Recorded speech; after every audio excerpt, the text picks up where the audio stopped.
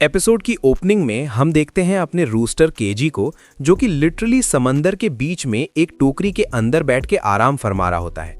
और भाई हमें समझ नहीं आता कि यहाँ हो क्या रहा है। लेकिन थोड़ी देर में हम देखते हैं 3 लोगों को जो शायद समंदर से कुछ चीजें इकट्ठा कर रहे होते हैं। उनमें से एक लेडी केजी को कुछ खाने को देती है और कहती है, शुक्रिया तुम्हारा, आज तुमने हमारी टोकरी का ध्यान रखा, ये बहुत अच्छा किया। वो लोग जाते जाते उसे कुछ खाना दे जाती हैं और अपना बंदा उन्हें घूर के देख रहा होता है। आपस में बात करती हैं, यार ये मुर्गा है कौन, 2 दिन से यहाँ है और जा क्यों नहीं रहा। अब मुर्गा उस दी हुई चीज को गौर से देख रहा होता है। उसे ये काफी अनफेमिलियर लगती है। वो सोचता है, यार ये क्रीचर क्या है, मैंने आज तक ऐसी कोई चीज नहीं देखी, खाना चाहिए इसके को। और भाई ट्राई करते ही गेम चेंज हो जाता है। वो एक्साइटेड होकर बोलता है कि ये चीज में उसे अर्थवर्म्स और कई तरह के कीड़ों का कंबाइंड टेस्ट मिल रहा है, मतलब सॉलिड डिश है ये तो। सीन शिफ्ट होता है और हम देखते हैं एक छोटे से चिक को, जो ऑब्वियसली केजी का बच्चा है। वो काफी एंथुजियास्टिकली किसी को पॉप्स पॉप्स आप ये कर सकते हो बोल के चीयर कर रहा होता है, कूद कूद के फुल जोश में। तभी 3 और चिक्स वहां आते हैं और इसे सीधा ढूंढते हैं। कहते हैं, तू पागल है क्या, वो बंदा हमें बेचने वाला है और तू उसे मोटिवेट कर रहा है। छोटा चिक उठ के बोलता है, तुम्हें पॉप्स की मेहनत नहीं दिखाई देती, उन्हें चीयर करना क्या गलत है। और भाई फिर सब मिलके उसे अच्छे से कूट देते हैं। इधर हम देखते हैं 2 लड़कियों को जो ये सब देख रही होती हैं। तभी वही बंदा जो इन चिक्स को लेकर बैठा था आता है और लड़कियों से बोलता है, पसंद आए लेके जा सकती हो। लेकिन भाई उस बंदे का एक्सप्रेशन इतना क्रीपी होता है कि लड़कियां बिना 1 सेकंड रुकते वहां से निकल जाती हैं। अभी ये सीन चल ही रहा होता है कि 2 पुलिस ऑफिसर्स आते हैं और उसे स्टेशन लेके जाते हैं। वहां वो माफी मांगता है और पुलिस क्लियरली वार्न करती है, ये तेरा लास्ट चांस है, अगली बार नहीं छोड़ेंगे। वो सॉरी बोलता है और सीन आगे शिफ्ट होता है।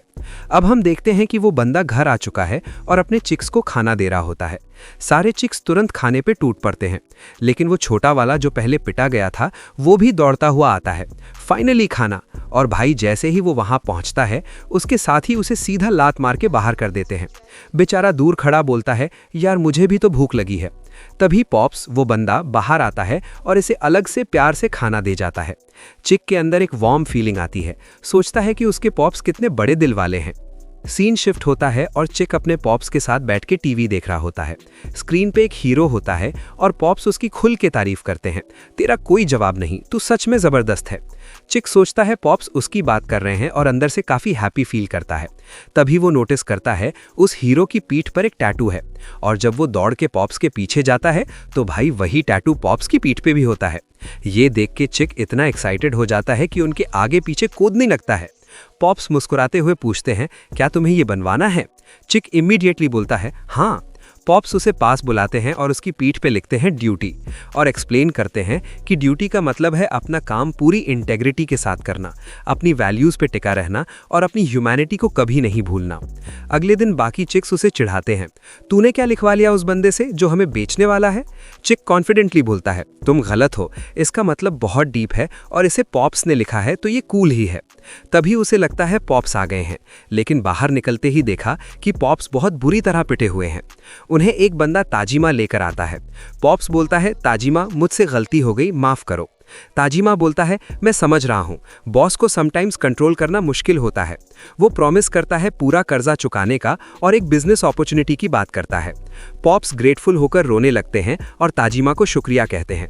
लेकिन सिर्फ 3 दिन बाद उनके गेट पर 2 बंदे आते हैं और बॉम्ब की तरह ये न्यूज़ देते हैं, तुम्हारे ऊपर 10 मिलियन येन का लोन चढ़ा हुआ है जो तुमने ताजिमा के बिजनेस में साइन किया था। ये सुन के पॉप्स का दिमाग लिटरली रुक जाता है। तभी उन्हें फ्लैशबैक आता है, ताजिमा ने उनसे एक डॉक्यूमेंट साइन करवाया था, ये कह के कि ये बस एक फॉर्मेलिटी है। अब सच समझ आता है, ताजिमा ने उन्हें कंप्लीट धोखा दिया था। वो बंदे भी टॉन्टिंग करते हैं, क्या इतने नईब हो तुम, ताजिमा हमेशा यही करता है लोगों के साथ। और भाई यहाँ पे पॉप्स की जो लाइफ स्टोरी है वो अंदर तक हिला देती है। उन्हें बचपन याद आता है जब उनकी माँ ने उन्हें छोड़ दिया था और कभी वापस नहीं आई। सोसाइटी ने तब से उन्हें ताने मारे, उन्हें ब्लेम किया। वो अकेलापन, वो रिजेक्शन, सब कुछ बचपन से दिल में दबा के जीते रहे। और अब ताजिमा का ये बिट्रेल वो लास्ट स्ट्रॉ बन जाता है जो उन्हें अंदर से कंप्लीटली तोड़ देता है।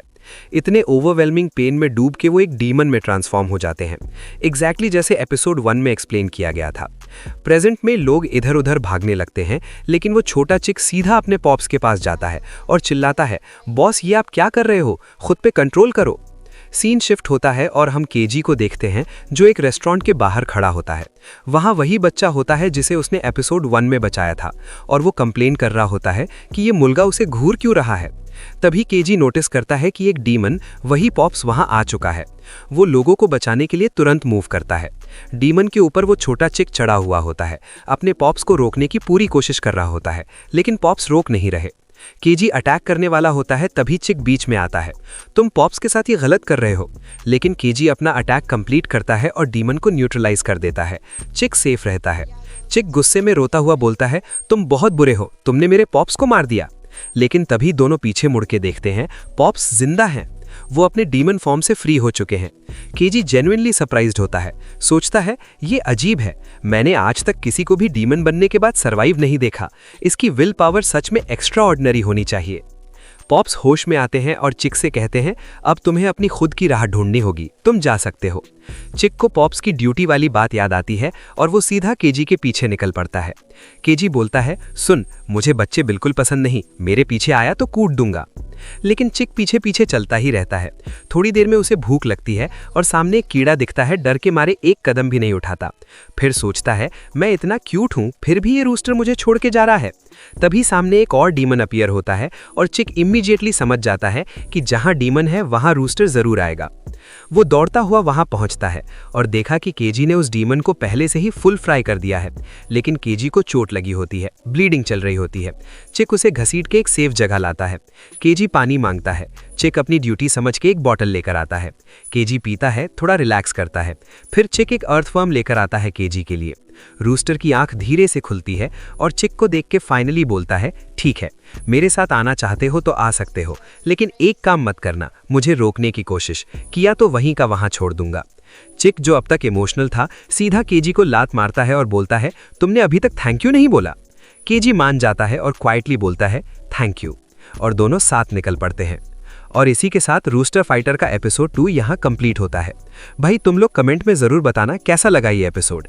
अगर ये एनिमे तुम्हें इंटरेस्टिंग लग रही है तो लाइक और सब्सक्राइब करना मत भूलना, हम आगे के एपिसोड्स भी लाते रहेंगे। चलो फिर मिलते हैं एक नई वीडियो में एक नए एक्सप्लेनेशन के साथ। तब तक के लिए टेक केयर, गुड बाय।